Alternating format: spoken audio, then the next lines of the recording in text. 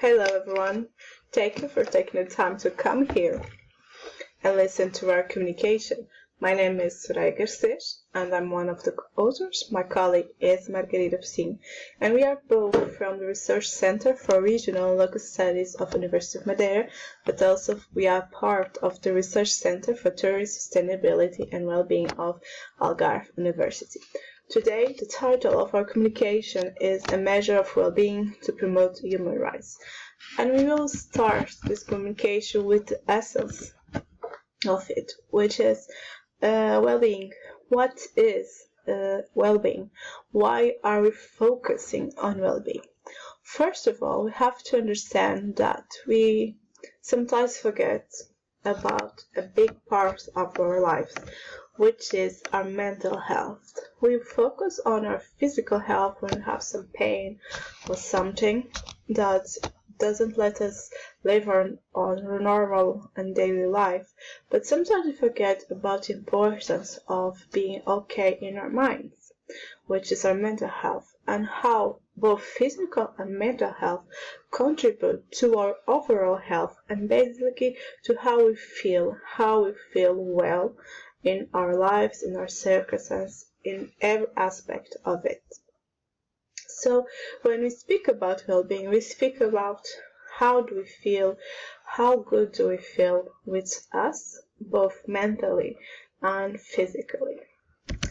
And this is very important for this communication and I think for the overall theme of this conference, which is when we feel good, we are more willing to help others.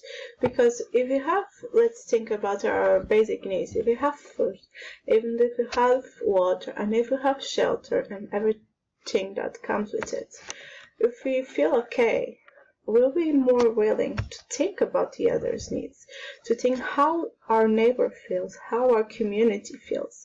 So this is very important, the idea of feeling good, of feeling well, to allow us also to fight for those who at the moment are not. And it's in this perspective that if we feel good, we can defend and protect those less fortunate and thus fight maybe a little bit more or more with more enthusiasm about human rights as a whole and for everyone. One thing which is important also to highlight is positive psychology. This communication is all of it about positive psychology. And what is positive psychology? In the very broad sense, we call positive psychology the science of well-being. And so it is a rather recent field in the overall field, which is psychology. But positive psychology is basically the good, the virtues, the strengths of people.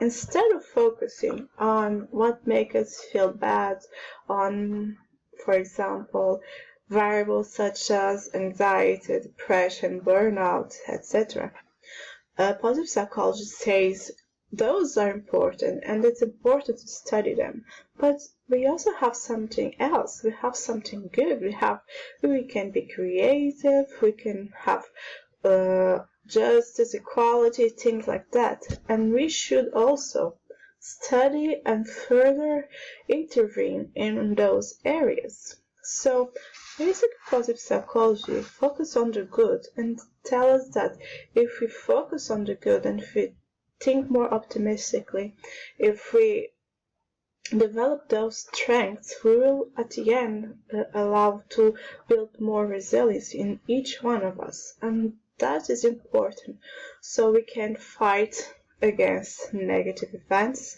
that happen and are usual in our daily lives. So with this study, we will be focused on well-being through this lens of positive psychology. And one of the big questions is, how can the science of well-being be an ally to promote human rights?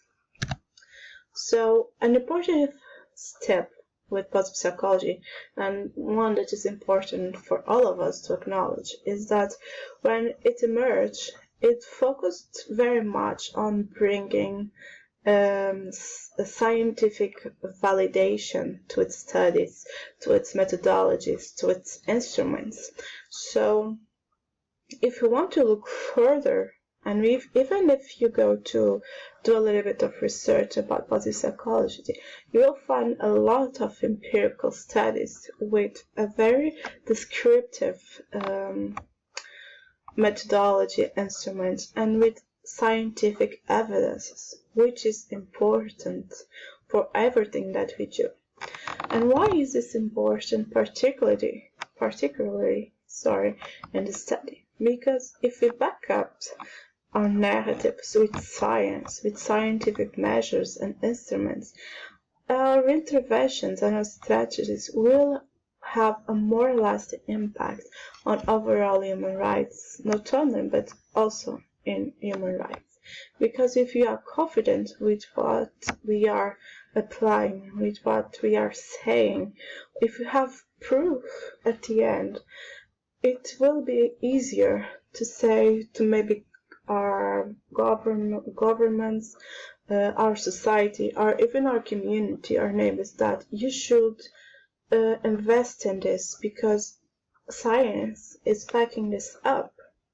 So with this communication and with this idea in mind, how can effective well-being intervention methods be applied if we don't know how efficient they really are? How we can say in our practice, and we are psychologists, for example, how can we say, oh, do this because this will make you feel good, and if you feel good, you will help others? We need to have scientific measures. So the aim of this communication is really to present you with the highlights of a new measure to the Portuguese population. We had a sample for this study of 200 people, participants from higher education. The majority was with ages between 17 and 25 years. Majority also females, and with higher education, being it a bachelor, a master, PhD.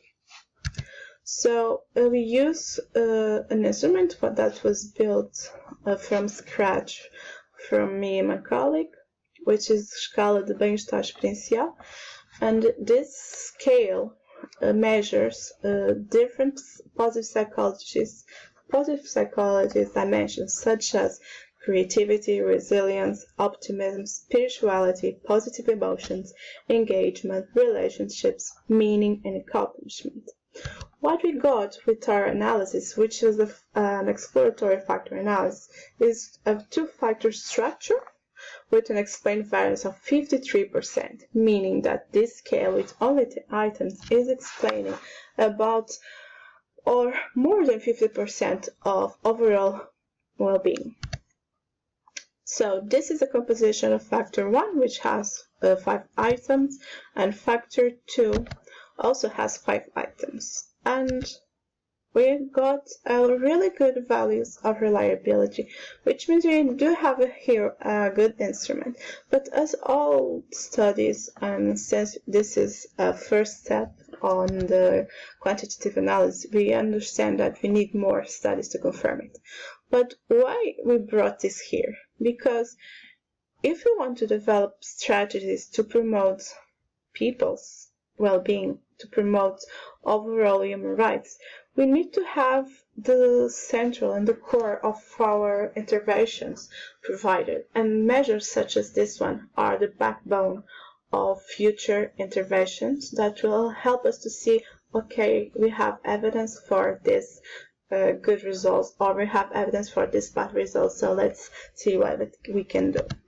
So I want to almost finish this communication with this idea that if we make a good plan, we have a sound methodology, we have adequate measures, we can promote well-being, which will be important to promote people's healthier lives, people's with feeling good in their daily routines, but we also mean to advocate for people's rights, because if we are fulfilling in our life and we have our own quality of life, we will be more willing to help others and having quality of life is undoubtedly a human right.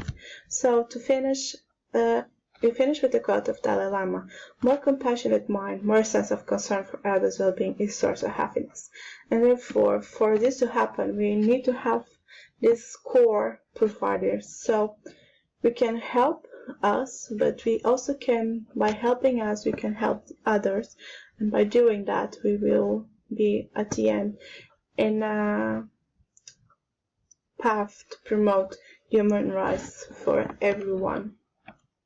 So thank you so much for your time, and I hope to see you next time. Thank you.